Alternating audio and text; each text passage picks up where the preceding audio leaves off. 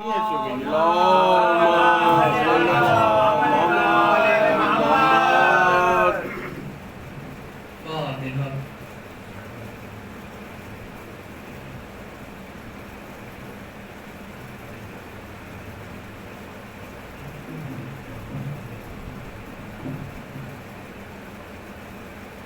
حول ولا قوة إلا بالله العلي العظيم. أعوذ بالله من الشيطان اللعين الرجيم. بسم الله الرحمن الرحيم. الحمد لله رب العالمين، والصلاة والسلام على عبد المؤيد ورسولنا المسدد الحبيب الأحمد النبي الأمي المكي المدني السراج المنير كوكب الدر صاحب الوقار والسكينة المدفون بأرض مدينة سيدنا ونبينا وشفينا ومولانا ومولى الكونين جد الحسن والحسين أبي القاسم محمد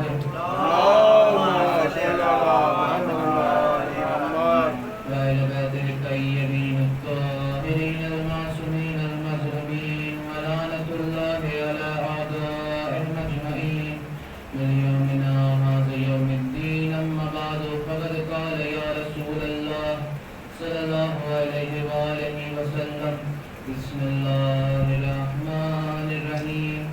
يا رحمن يا رحيم بحق بسم الله الرحمن الرحيم. صلوات محمد.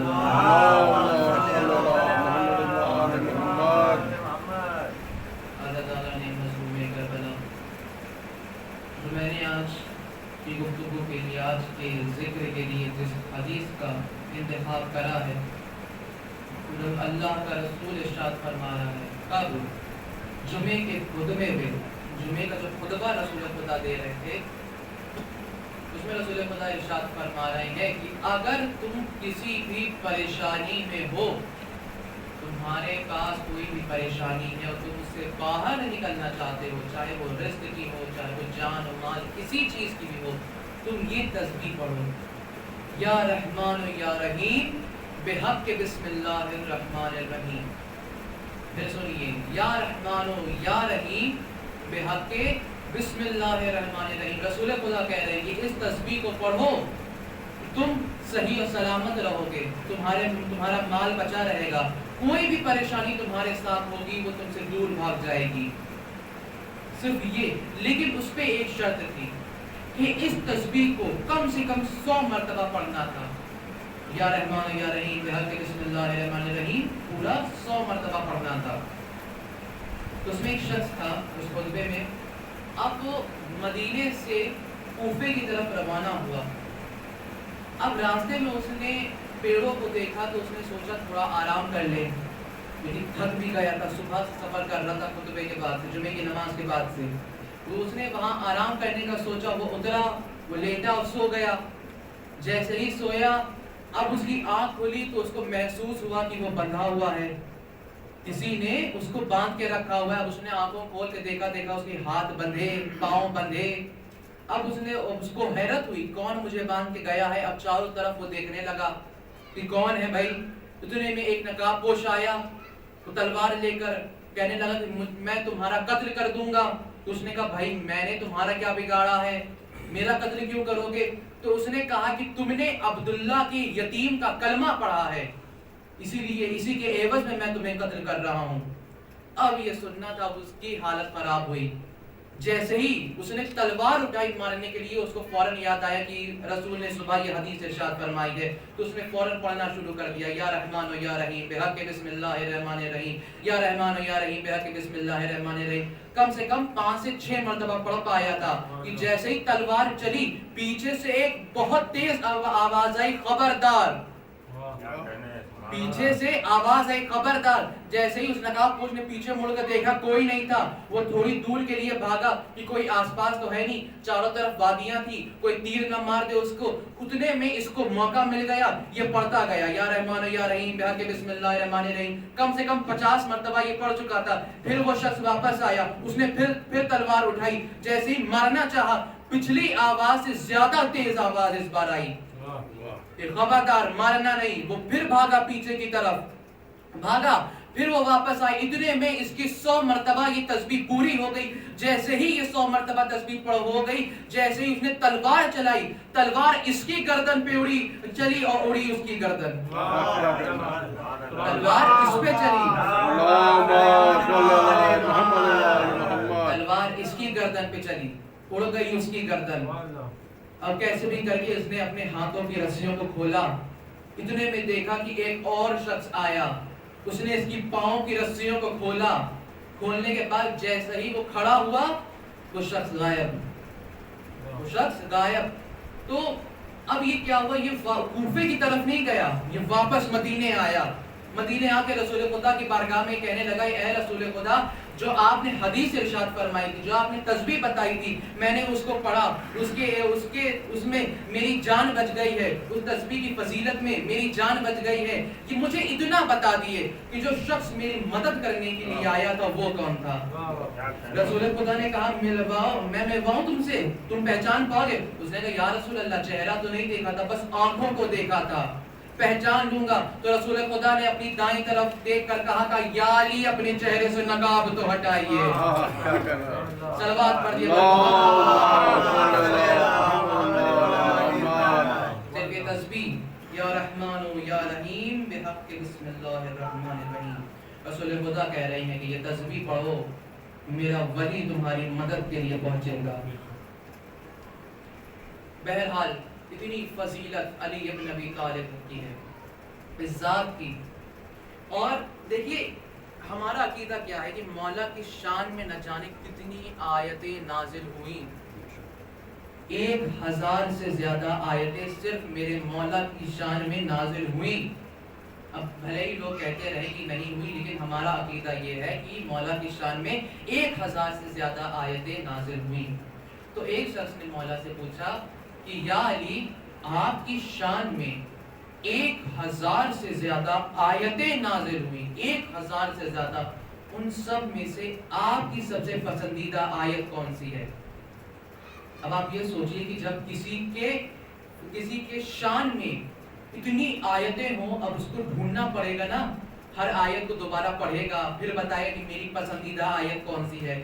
علی نے یہ نہیں کہا کہ تھوڑی دیر میں بتاتا ہوں, سوچ کر بتاتا ہوں, کل بتاتا ہوں. علی نے فوراً جواب دیا, کہا ایک آیت مجھے سب سے زیادہ پسند ہے. اس نے کہا, یا علی, کون سی آیت ہے؟ تو مولا نے کہا, وہ آیت سورہ رعد کی ہے.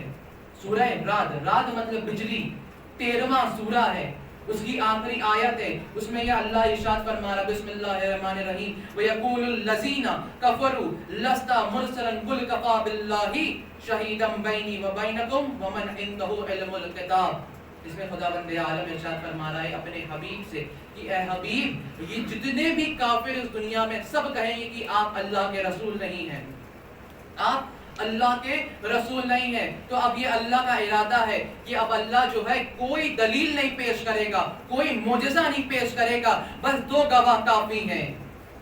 2 گواہ کافی ہیں. کون سے 2 گواہ؟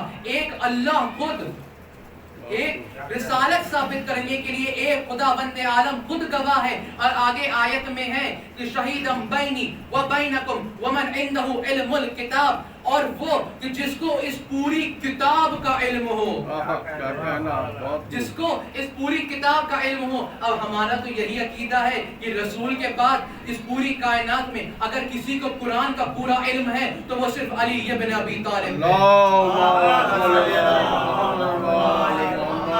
وہ صرف علی ابن ابی طالب ہے. تو یہ ثابت ہو گیا.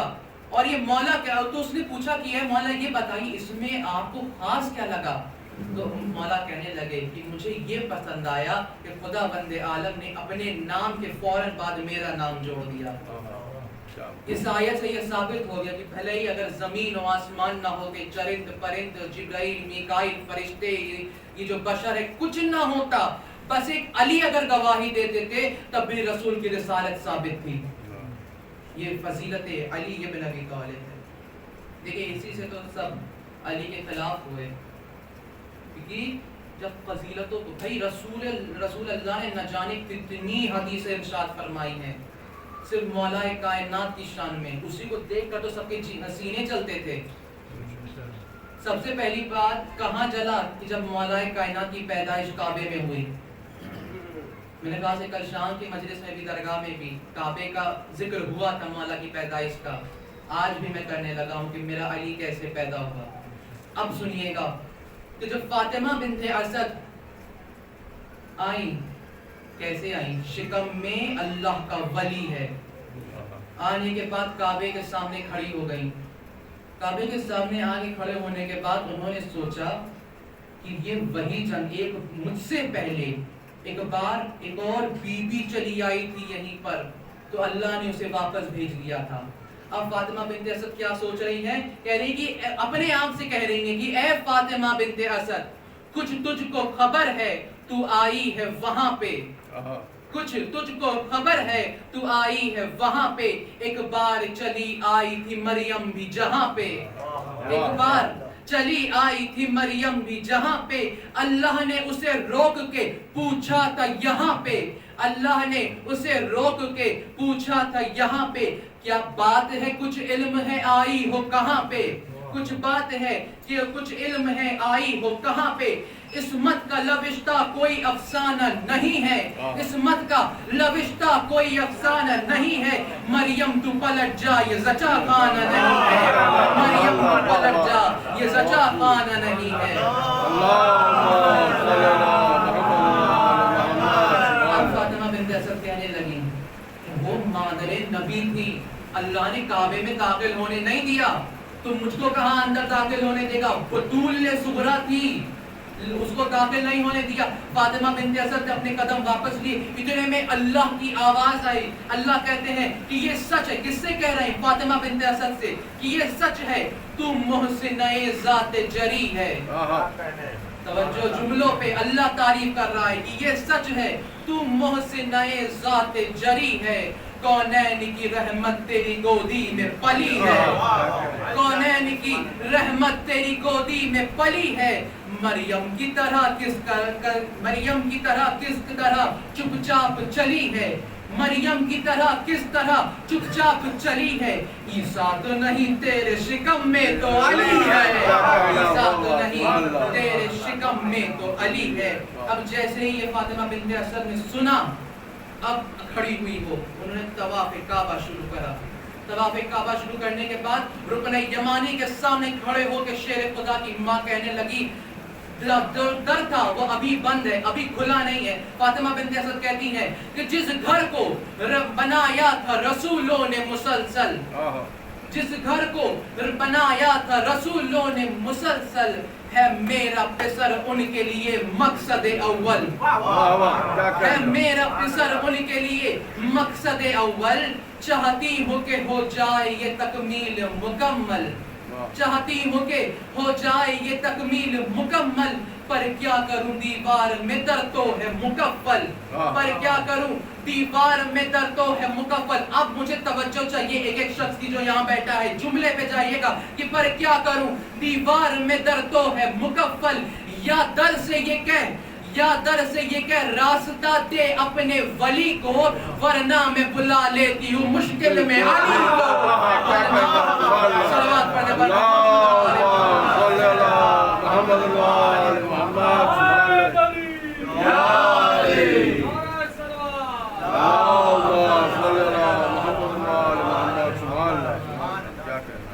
جیسے ہی جملے کہہ رہے تھے فوراً کعبے کی دیوار پھٹی، ایسے پھٹی کہ جیسے کلی بھول بنتی ہے۔ فاطمہ بنت اسد اندر داخل ہوئی اور کعبے کی دیوار ویسے بند ہو گئی جیسے بھول کلی بن گیا، ویسے ہی۔ اب ہر جگہ شور مچ گیا۔ کتنے دن گزر گئے؟ 13 رجب کو پیدائش ہوئی، 13، 14، 15 رجب، 3 دن ہو گئے کوئی خبر نہیں اندر کی اب کیا ہو رہا ہے. بھائی جس کے گھر کی عورت جس کے گھر کی خواتین اندر ہو وہ سکون میں ہے. جناب ابو طالب سکون میں ہے, رسول خدا سکون میں ہے, جانتے ہیں اندر کیا ہو رہا ہے. لیکن جو کافر تھے نا ان کو اندر سے ہونے لگا تھا, اختلاج ہونے لگا تھا کہ اندر بھائی کوئی زندہ ہے کہ نہیں ہے, کہ کیسے کوئی کھا رہا ہے کہ پی رہا ہے, زندہ ہے. بس یہ سوچ رہے کیسے یہ اندر گئی کہ بھائی کعبے کے دروازے میں تو تالا بند ہے. اتنے میں تیسرے دن لوگ دیکھتے ہیں کہ کعبے کی دیوار پھر پھٹی. اب کیا دیکھتے ہیں کہ فاطمہ بنت اسد کی گودی میں ایک بچہ ہے جس کے چہرے پہ اتنا نور ہے, اتنا نور ہے, سورج سے زیادہ نور اس کے چہرے پہ ہے, اس بچے کے چہرے پہ. اب سوچئے فوراً رسول خدا نے مولا کائنات کو اپنی گودی میں لیا. مولا نے اپنی آنکھوں کو کھولا, کہا السلام علیکم یا رسول اللہ, اے اللہ کے رسول آپ پر سلام ہو. پھر میرے مولا نے کہا یا رسول اللہ, ابھی 3 دن کے پیدا ہے مولا, اور کہا یا رسول اللہ اجازت ہو تو کچھ سناؤں. کیا کہنا ہے, اجازت ہو تو کچھ سناؤں. میرے مولا نے زبور سنائی, توریت سنائی, انجیل سنائی. یہ 3 کتابیں سنائی. کتاب جو لکھنے والے تھے وہ سکون میں رہے. لیکن جب مولا کائنات نے قرآن سنانا شروع کرا, اب سوچیے ابھی تک قرآن نازل نہیں ہوا ہے لیکن تب بھی میرے مولا نے پورا قرآن سنا دیا. قرآن نازل ہونے سے پہلے پورا قرآن جو سنا دیتا ہے اسے علی کہتے ہیں, اسے علی کہتے ہیں. یہیں سے اب مکے میں پہلا اعلان ولایت جو ہوا وہ مکہ فتح ہونے پہ ہوا. بھئی ہم لوگ نے غدیر سنا ہے, لیکن رسول خدا نے اشارہ کر دیا تھا مکہ فتح ہونے کے بعد.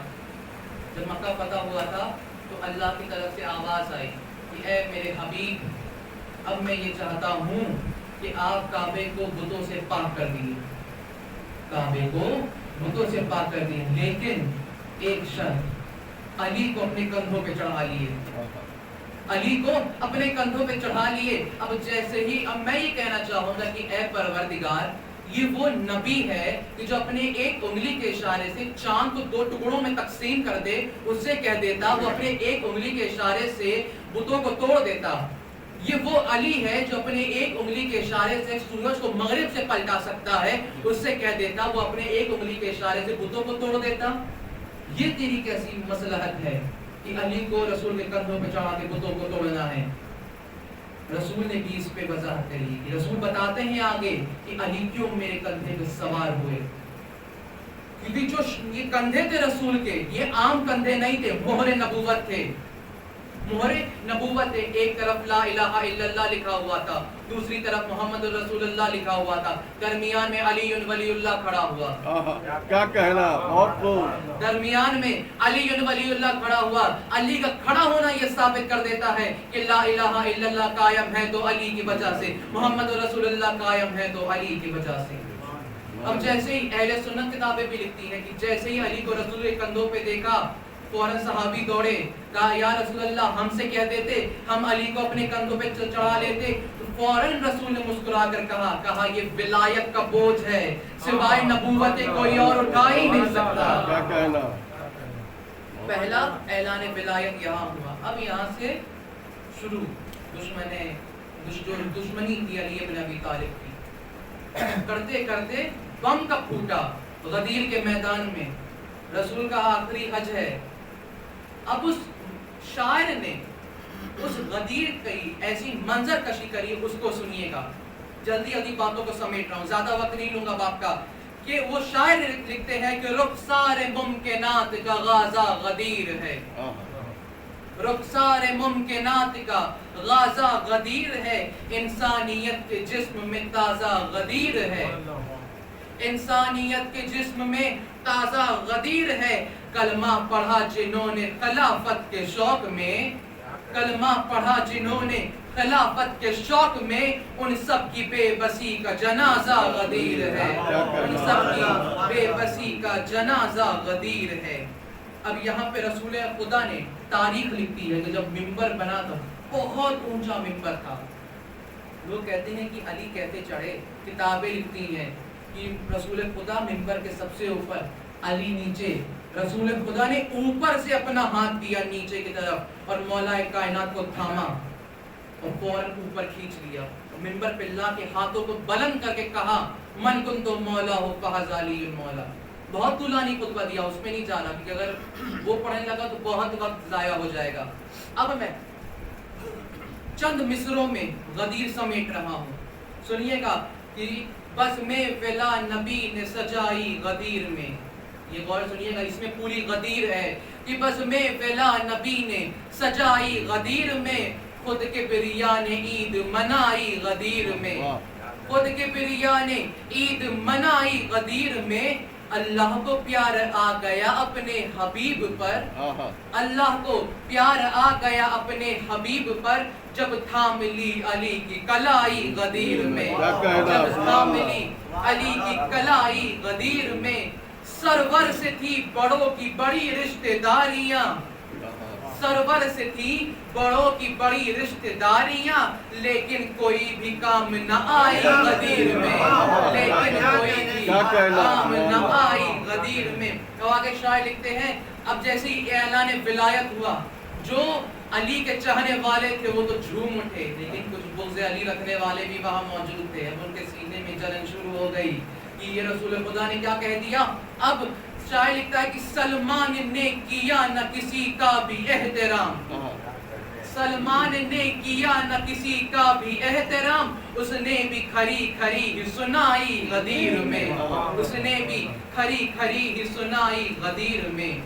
اب تک کئی دلوں کے جہنم نہیں بجھے, اب تک کئی دلوں کے جہنم نہیں بجھے, وہ آگ محمد نے لگائی غدیر میں, وہ آگ محمد نے لگائی غدیر میں.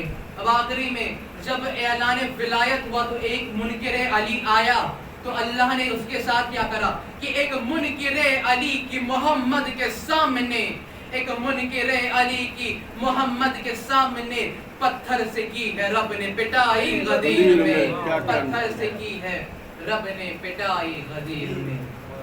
یہ ہے ولایت علی. کہ رسول نے کہا کہ میرے بعد میرا جانشین یہ ہے, یہی تمہارا خلیفہ ہوگا. لیکن لوگوں نے کہا مانا علی کو.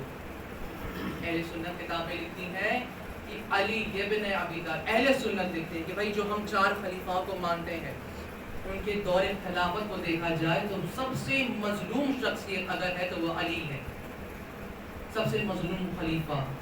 کیونکہ آخری میں آتے آتے جب امام کے خلافت کا دور آیا, جو دنیاوی خلافت تھی, تب تک سب نے امام کا ساتھ چھوڑ دیا.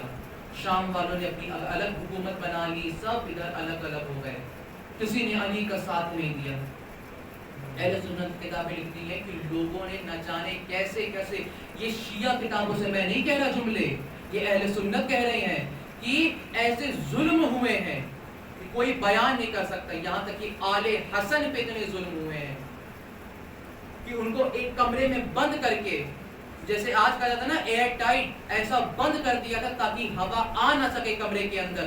سب کو وہاں قید کر دیا تھا اور سب وہیں شہید ہو گئے گھٹ کے, سب نے وہیں اپنا دم توڑ دیا. پھر آل حسین پہ تو نہ جانے کتنے ظلم اٹھائے گئے. یہ صرف اہل سنت کہہ رہے ہیں. سوچئے یہ علماء لکھتے ہیں, ہمارے مرجع بھی کہتے ہیں کہ اگر اصلی مصائب کربلا کے اگر پڑھ دیے جائیں تو نہ جانے مجمع سے کتنے جنازے اٹھ جائیں. ایسے مصائب تھے کربلا میں. اب میں مصائب کی طرف بڑھ رہا ہوں کہ آج کی تاریخ کیا ہے.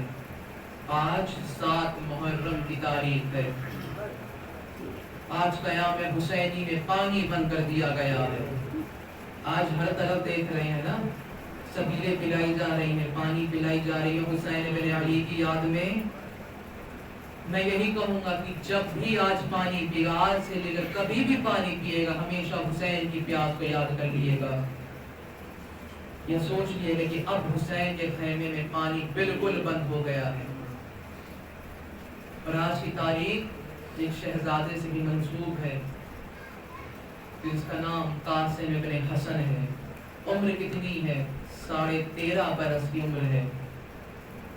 وہی شہزادہ تھا کہ اس کی بھی امام حسن کی زوجہ ام فروا کہتی ہے کہ میں قاسم کو جب باہر گرم ہوائیں چلتی تھی تب بھی نہیں بھیجتی تھی.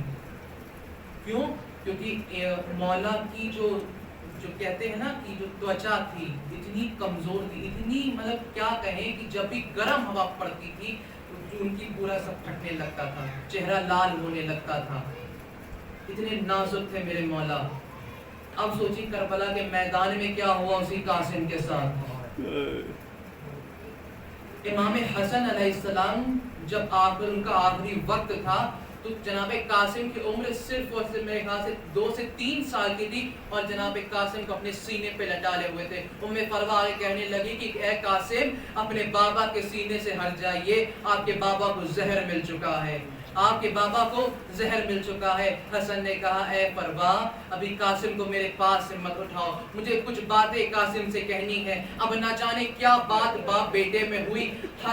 امام حسن نے کچھ نہیں کہا، بس ایک تعویذ قاسم کے بازو میں باندھ دی۔ کہا قاسم جب بہت مشکل وقت پڑ جائے تمہارے چچا حسین پہ تب اس تعویذ کو کھول کے حسین کو دکھا دینا۔ اب یہ ہونا تھا امام حسن علیہ السلام کی شہادت ہو گئی، ان کے جنازے پہ تیر برسائے گئے، تعویذ نہیں کھولی مولا نے۔ پھر کربلا کے میدان میں جب روز عاشور بار بار جناب قاسم اجازت لینے کے لیے آتے ہیں، امام اجازت نہیں دے رہے ہیں، کہہ رہے قاسم تم میرے بھائی حسن کی شبیہ ہو، میرے بھائی حسن کی شبیہ ہو، جب بھی مجھے میرے بھائی کو دیکھنا ہوتا ہے تمہارے چہرے کو میں دیکھ لیتا ہوں اور میرے دل کو سکون پہنچ جاتا ہے، اے قاسم میں تمہیں اجازت نہیں دے سکتا۔ اب قاسم ایک کونے پہ جا کے رو رہے ہیں، زاروں قطار اشک بہا رہے ہیں۔ اتنے میں ان کو یاد آیا بابا کی وصیت تھی کہ جب حسین ابن علی پہ کوئی برا وقت آئے اس تعویذ کو کھول لینا۔ قاسم نے جیسی تعویذ کو کھول کے حسین کے سامنے لے گئے، تعویذ میں لکھا ہوا تھا قاسم جب بھی حسین پہ غربت آ جائے، میرا حسین غریب ہو جائے، پیاسا ہو جائے، وہ تم کو اجازت نہیں ملے گی جنگ کے لیے، میں بحیثیت امام تمہیں اجازت دے رہا ہوں کہ جاؤ میدان میں میرے طرف سے حسین پہ قربان ہو جانا۔ اب حسین نے جیسے ہی بھائی کے خط کو دیکھا، پہچانا، اپنی آنکھوں سے لگایا، امام نے روتے ہوئے کہا ہائے میرا بھائی، ہائے میرا مظلوم بھائی، اپنے اتنے مشکل وقت میں بھی مجھ حسین کو یاد رکھا۔ اتنے میں حسین نے کہا قاسم تم ایسی بات لے کر آ گئے ہو، ایسا خط لے کر آ گئے ہو، تم امام کا حکم لے کر آ گئے ہو، اب حسین بھی تمہیں روک نہیں سکتے، اب حسین بھی تمہیں روکیں گے نہیں۔ اب حسین تاریخ لکھتی ہے حسین نے قاسم کو گلے سے لگایا، حسین نے قاسم کو گلے سے لگایا، قاسم نے حسین کو گلے سے لگایا، پھر صدائیں بلند ہونے لگی واہ حسنا واہ حسنا۔ تاریخ لکھتی ہے دونوں اتنا روئے کہ دونوں بے ہوش ہو گئے، دونوں بے ہوش ہو گئے۔ اب جب سوچی نہ جانے کیسے ہوش میں لائے گئے ہوں گے، پانی تو تھا نہیں۔ تاریخ لکھتی ہے شاید اشک جاری کر کے ساری بیویوں نے ان کو ہوش میں لائے۔ اب حسین تیار کر رہے ہیں قاسم کو تیار کر رہے ہیں۔ اب سوچئے قاسم ابھی بچے ہیں، زرہ جو ہوتی ہے بچانے کے لیے ہوتی ہے، کوئی تیر آئے، کوئی نیزہ آئے، کوئی تلوار سے حملہ آئے تاکہ وہ زرہ پہ ہو، اندر سینے پہ نہ جائے۔ اور زرہ اس لیے پہنتے ہیں کہ اگر گھوڑے سے زمین پہ گر گئے اور اگر گھوڑے کی ٹانگ سینے پہ پڑے تو سینہ بچ جائے، زرہ پہ وہ پڑے۔ اتنے میں اب حسین قاسم کو بار بار زرہ پہناتے ہیں، قاسم کو کوئی زرہ نہیں آتی ہے، ساری زرہ قاسم کے قد سے بڑی ہے، ابھی قاسم بچے ہیں۔ قاسم نے کہا اے چچا حسین مجھے بنا زرہ کے میدان میں بھیج دیجئے، مجھے بنا زرہ کے میدان میں بھیج دیجئے۔ ایسی بہادری صرف علی کے پوتوں میں ہو سکتی ہے۔ حسین سے کہہ رہے ہیں مجھے بنا زرہ کے میدان میں بھیج دیجئے۔